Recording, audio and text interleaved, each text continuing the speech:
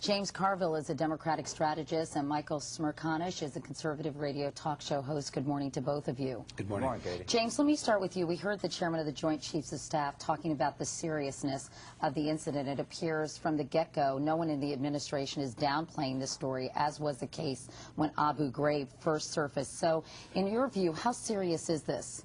Well, again, we don't see the final report, but I mean, everything is telling you that it's very serious. Obviously, Colonel Murtha, Congressman Murtha now, is a former Marine, is very well connected in the Marine Corps, and they have obviously told him to expect the worst. What I sincerely hope doesn't happen is that we do it, the thing we did at Abu Ghraib, and kind of blame everything on Lindy England and not have responsibility. There's something in the chain of command that's run amok here.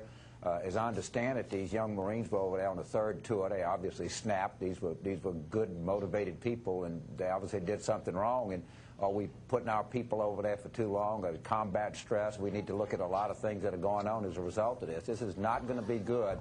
But was there a cover-up? We need to answer that. And what are the responsibilities for higher-ups here? Let's don't blame it all on some Lance Corporal. And, Michael, how do you think this compares to Abu Ghraib, this incident? Well, much worse. I mean, no one died at Abu Ghraib. There are a lot of ridiculous actions. They were carried out by 9 knuckleheads. In this particular case, there's still more that's unknown than that which is known.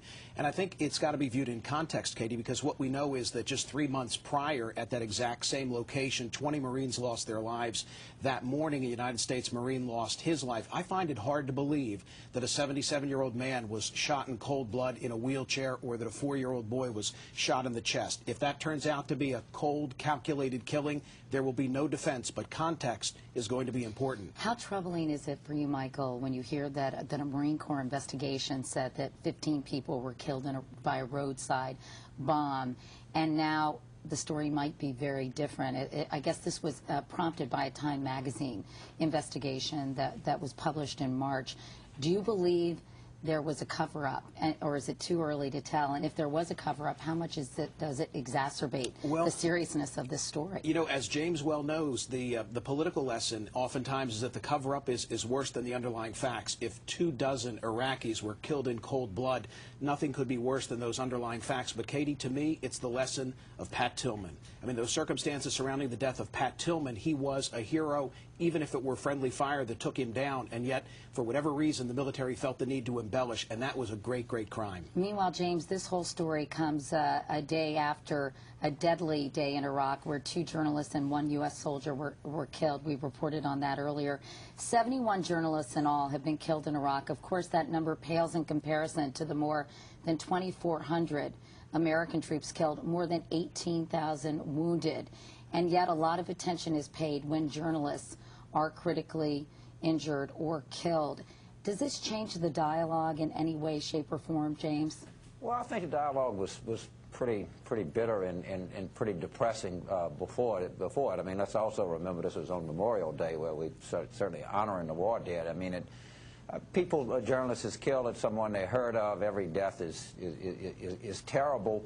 You know, what I think people are discouraged about is that they see this going on and on and on, and they're wondering if there's going to be any relief at sight. That means for journalists, I mean, look at all the contractors that have been killed over there and other people. But, I mean, basically, we just hate it that our soldiers and our Marines are placed in a situation where there's 3 tours of combat duty, and you're taking, obviously, it's happening this, what we believe to be a massacre. Obviously, good, well-motivated, patriotic kids who joined the Marine Corps, as I did a long time ago, for the right reasons. Mine was actually I was going to be drafted, but these kids are joining for the real right reasons, and something like this happens, and we need to find out why. And I think that we got people like Colonel Murtha that are going to dig into this, and I think Chairman Warner's a former Marine. I think he'll do a good job, but we got to find out some real answers here. How hard is it, Michael, for the administration to stay the course under these circumstances? I think the failure on the part of the administration has been not to articulate an end game. I mean, James just makes reference to no light being evident at the end of the tunnel, and I think that's a very real political problem here at home. We turn on the television this morning, we see the news relative to the Marines. We also read about the journalists, and we wonder, when's it going to end? How is it going to end? And the White House failure has been in articulating how it all comes to a close. But do you understand why they haven't wanted to stick to a timetable? And there's some danger to doing that, too. Oh, I understand it, and theoretically I'm supposed to be one of the Kool-Aid drinkers, but I've never bought bought into this. I believe that what they've got to do is articulate an end game and establish some guidelines for getting out. Real quickly, I have to ask you on another subject. A rare display of bipartisanship. Democrat and Republican members of the House have joined together to defend Democratic Congressman William Jefferson. He's accused of taking bribes in exchange for setting up business deals in Africa. Why are so many people outraged from both parties? I don't think it has anything to do with this issue. I think it's all about the NSA issue, and that these members of Congress think that they were ridden roughshod over relative to the NSA. The FBI should not have. Go ahead. And so consequently, they're seeking retribution now against the. I mean, come on, the guy had 90 grand in his freezer. Right. What more do you need? I completely agree with Michael. I think this is the nuttiest thing I've ever heard. He had 90 grand in his freezer. He had 60-day subpoena that he hadn't responded to.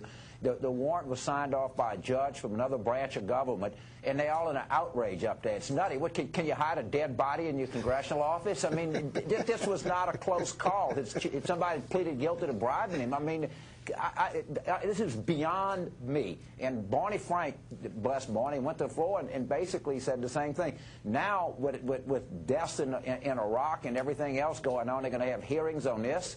I mean, there are plenty of things wrong with this country.